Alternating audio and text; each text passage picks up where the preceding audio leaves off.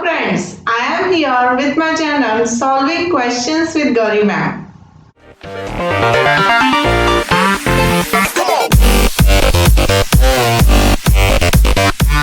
Let's solve one question from IIT JAM Biotechnology examination. Which of the following compounds is optically inactive? The question is asking compound which is optically inactive. The options are alanine, glycine, cysteine or lysine. So let's see what is the optical activity and what property the compound must need to be optically active, so that we will able to find the optically inactive compound. तो यहाँ पर optical activity study करने के लिए हम polarimeter use करते हैं. Polarimeter में कैसे होता है? First of all there is a normal light. Using polarizer plane polarized light is created. अभी ये लाइट एक ही डायरेक्शन में होगा. फिर इसके बाद सैंपल रखा जाएगा which will have chiral compound. The sample tube containing a chiral compound that would be added here. और उसके बाद हमें रोटेशन दिखाई देता है इस प्लेन पोलराइज्ड लाइट का. यहाँ पर ये सीधा है तो it can get rotated towards right और it can get rotated towards left. Rotation of plane polarized light ये हम स्टडी करते हैं using polarimeter.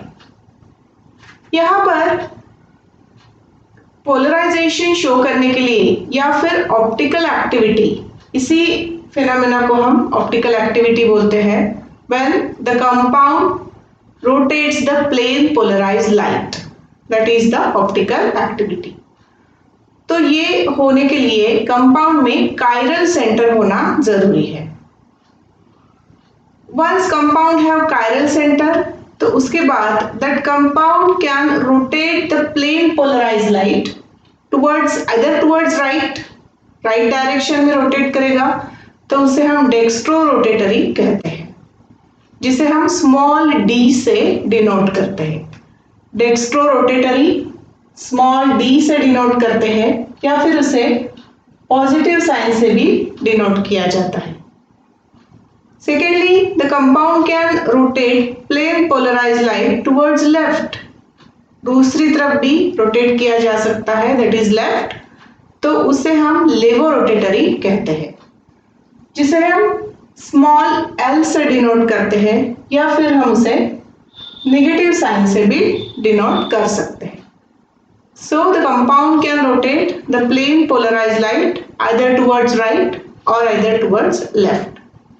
Accordingly, we name it as a dextrorotatory or levorotatory.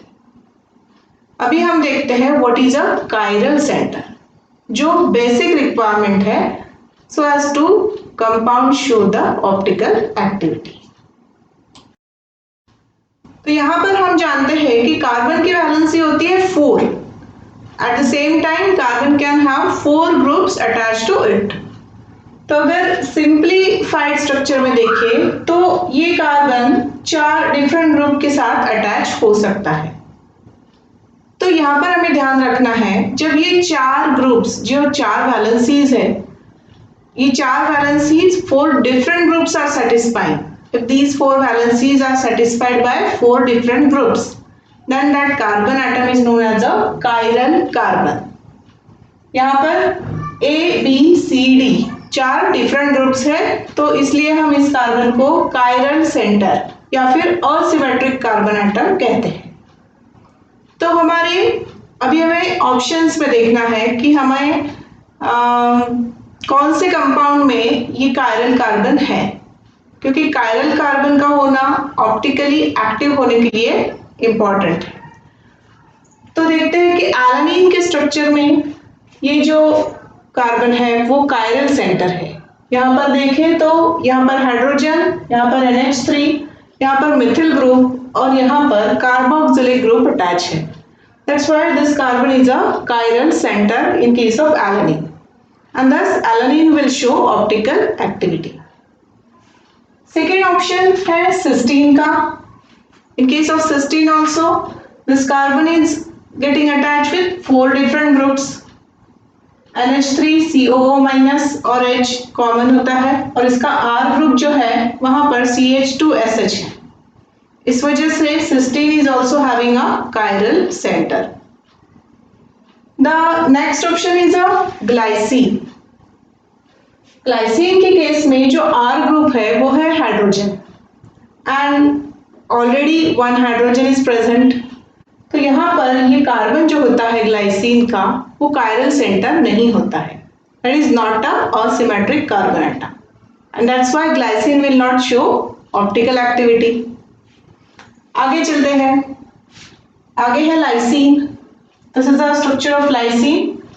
Again NH3 and COOH, H is common and this aliphatic side chain is having again a different R group, we can say different group attached to this central carbon atom.